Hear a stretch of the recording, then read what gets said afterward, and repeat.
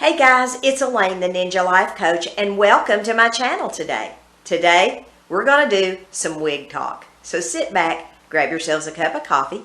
I'll be right back.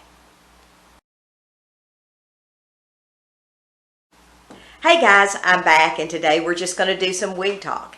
And today I want to hear from you. I want to hear what was your favorite wig, how did you feel when you first put a wig on your head? Why is your favorite wig your favorite wig, and what struggles have you had with that?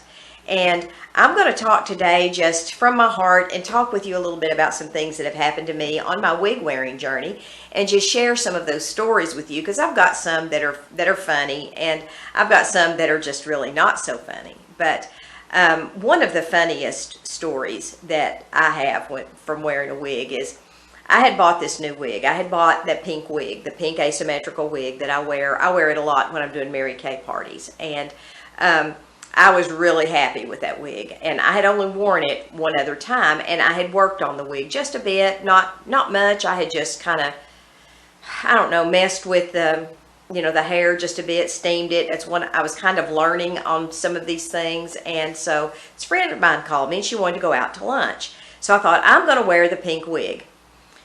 And so we went to the Cheesecake Factory. And the longer I sat there with her and moved my head, and I had that thing clipped down with about, and I'm not kidding, I probably had 20 hairpins in that thing. But the more I sat there, the more I could feel that wig moving back further and further and further on my head. And so I told her, I said, Nancy, I'm going to have to go to the bathroom. My wig's coming off. So we got tickled. So I went in the bathroom and I started messing with it. And now I know that that wig was a little big for me, and it was just too loose, and it was moving around. And so I have since, made some adjustments in the wig. I have cut some little triangles here in the ear tab so I can fit it down more snugly on my head. And if I have to, I glue the front of it down. But I don't do that very often. But just making those adjustments and wearing a wig grip really, really helped. Well, I didn't know there was any such thing as a wig grip at that time. So I'm in the bathroom and I'm pulling that wig down, and I've got my hairpins all, spread out on the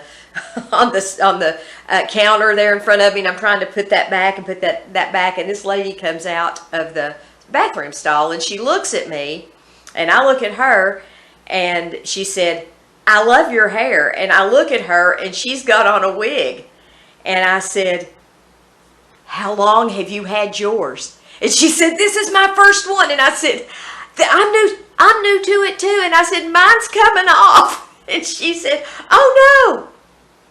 So we had a funny little moment. And so we just kind of, I kind of got my wig fixed, and then I went back out there. But I was so happy to run into another wig sister in there in the bathroom while I was adjusting my wig. But that's kind of a funny little moment. And her wig looked fantastic on her. And after I went back out, and after I had really clamped that down in there with those bobby pins, it stayed put mostly for the rest of the day.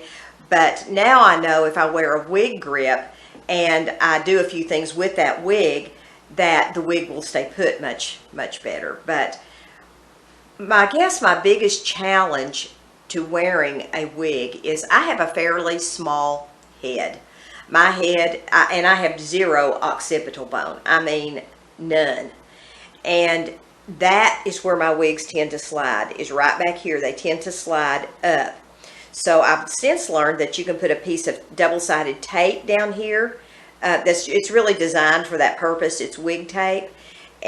Or I can glue it down here in the back, and it stays much better. But the thing that works most for me is I just simply use combs. And I will tuck that comb in really tight there at the back, and I will put it underneath the wig grip, and I'll clamp it in like that underneath that wig grip. And if I do that, it seems like it stays on just a little bit better, because that wig grip is gripping onto either my biological hair or a wig cap. And I usually wear a wig cap that's the open mesh design. I usually don't wear the nylon caps unless that's the only one I've got or the only one I can find. I usually try to wear those others because I think they're cooler, and I think the wig grip grips to it better, because I think it's because your biological hair shows through. Now, that's just my theory. I don't know if that's an accurate theory, but that's just my theory. But that's some of the challenges that I face as a wig wearer. And another thing that I face is I am not a hairdresser, and I've never been really good at styling hair or doing anything like that, and I've really had to learn all that since I have started wearing wigs. And one of the main challenges that I face now, when I really don't like to have to mess with a wig a whole lot. I like to get a wig that I pull it out of the box, I shake it, and I go, or I pull it out of my wig closet and I shake it and I go, and then I'm done with it. Well, very few wigs come out of the box like that. Most every wig, whether they've been expensive wigs or cheap wigs, I've had to mess with them. I've had to steam them. I've had to do things with them. And some of them, I have to steam them every time I'm getting ready to wear them, because they simply just don't store real well. Luckily, if you hit a wig really, quick with a steamer, you can pretty well just steam it up quick and go. But that's been one of the biggest challenges for me, is styling the wig. And that's one reason why I do wear a lot of head wraps and headbands when I wear a wig, is because I'm really just not that good at hairstyling. And I feel like that the head wrap or the hairband or the, any of that just kind of conceals some of my ineptitude at at fixing the wig the way I want it to. I can't really say that my more expensive wigs are more shake and go than my cheaper wigs, because I've got some more expensive wigs that you can shake and go. Like, for instance, the La Vivid collection from Uniwigs. Most of them are just shake and go. I can take Carrie right out of the box, shake her out, finger comb her a little bit, and she's good to go. With my Amazon wigs, I've got some that I hang up in the closet and I just clip them to a pants hanger and hang them upside down. I can do exactly the same thing. But I do have some Amazon wigs that I have to mess with every time that I get them out of the package. Every single time. I also have one wig with Uniwigs that I have to mess with it every time I wear it. Every time, without fail.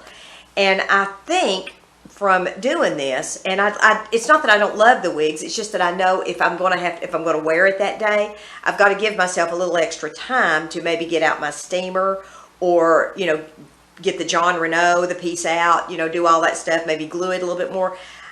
I know I've got to mess with it just a little bit more, and I've come to the conclusion that it isn't necessarily the manufacturer. I think it, more than anything, that it is the style of the wig.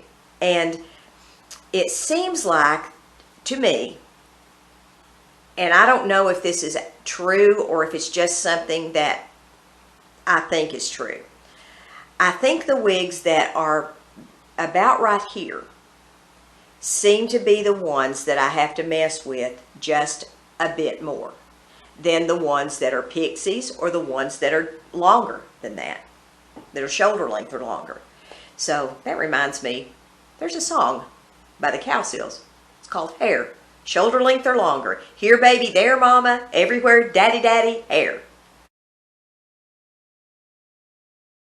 So I guess that's kind of true with the wigs too. It seems like the longer the wig or the shorter the wig, the less I've had to mess with it. And it could be that because my longer wigs, I normally pull them back into something like this configuration, or I do, or I put them in a ponytail, or I do a little, maybe a little semi-updo here, and I'm really not just wearing it down loose and just, flying away every which way. So maybe that might be the difference. And I do know that if wigs rest on the back of your neck, synthetic wigs, that they will become tangled over time. They do become tangled back here at the nape, and I don't know that there's necessarily anything you can do with that with a synthetic wig. I have cheap wigs that tangle. I have expensive wigs that tangle. So I don't know that there's a whole lot you can do with that, other than just kind of keep it conditioned real well and steamed, and do the best you can. Because any wig that you get, whether it's a cheap wig or an expensive wig, you got to do maintenance on it. You got to wash the thing. You got to condition it. You got to style it. There are things that you have to do. You're going to have to steam it. You're going to have to thin it. Now once you've done some of these things, once you've thinned the wig, you only have to do that maybe once, maybe twice if you don't get enough hair cut out of it. But most of the time, you're good once you do the styling. But synthetic wigs, they have their own set of issues. But so do human hair wigs. Now, I prefer synthetics. That's something that I've always worn. I always like it. Human hair, to me, if I'm going to go to all that trouble to style a human hair wig, I'm going to style my own hair. I don't have time to style both my hair and a wig. It's one or the other. And if I'm going to take 30 minutes to style something, I'm going to try to do something with my own hair. I'm getting ready to do an experiment with one of my human hair wigs and with some sponge rollers. And I'm thinking about filming that to see how that turns out, because it'll be an overnight process where I wash the wig and then I set the wig and then I leave it. So it's going to be a 2 or 3 day process for me to do that, because I really want to do a little, short curly thing on it, and I want to see how it's going to work. So I may do that and film that for you guys. But I have been in my home, as you all know, for several days, and I'm going a little stir crazy. And when you don't get out, you don't have a lot of inspiration to do videos. So I'm just kind of doing the best I can here to do these videos. And really, I don't really, at this time, I'm really wanting to just maintain my connection with you guys and let you know that I'm here for you. If you need me, you just contact me.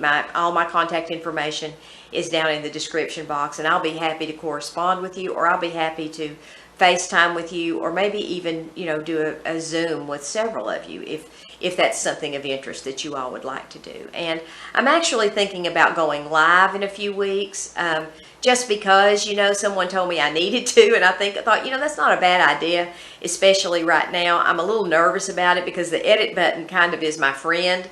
If you guys want to look me up on Facebook, I'll drop a link down in the description box to my Facebook page, and you guys can like it if you want to, and then I can connect you in with my Mary Kay group, because it's really a fun little group. We have a lot of fun, and it's not required that you use Mary Kay makeup. All that's required is that you have a sense of humor, you like to laugh, and you love makeup. So that's all that's required there, because I try to keep everything fun, just like I do here on this channel, because I want to remain positive. I want you guys to know that just because the world looks like it's falling apart right now, that doesn't mean we have to fall apart. And that doesn't mean that we can't be ready. And that doesn't mean that we can't look good doing it. So you guys have a great day. God bless you guys. Have a wonderful one. Maranatha.